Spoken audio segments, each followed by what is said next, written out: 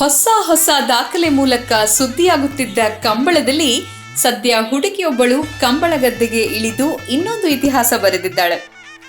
ಬಂಟ್ವಾಳ ಕಂಬಳಕೂಟದಲ್ಲಿ ಈಕೆ ಭಾಗವಹಿಸಿದ್ದು ಮುಖ್ಯ ಆಕರ್ಷಣೆಯಾಗಿದೆ.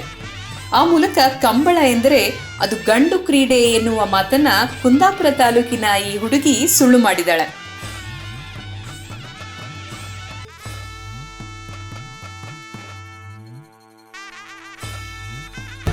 ಎಷ್ಟು ವರ್ಷ ಆಗಿದೆ ಕಂಬಳ?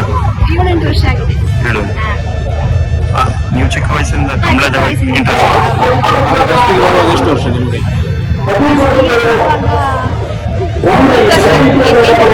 8 ವರ್ಷ. ನೀವು ಎಜುಕೇಶನ್ ಮಾಡ್ತಾ ಇದು ಮಾಡ್ಲಿಕ್ಕೆ ಆಗ್ತದೆ? ಈಗ ಎಂತ ಕಲಿತಿದ್ದೀರಾ ಅಂತ? Second P.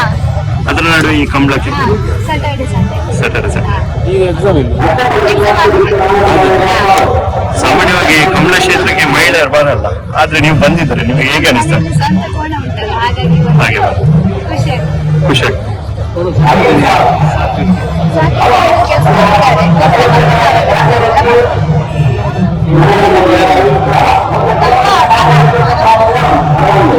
ಎಲ್ಲ ಕಂಬಳ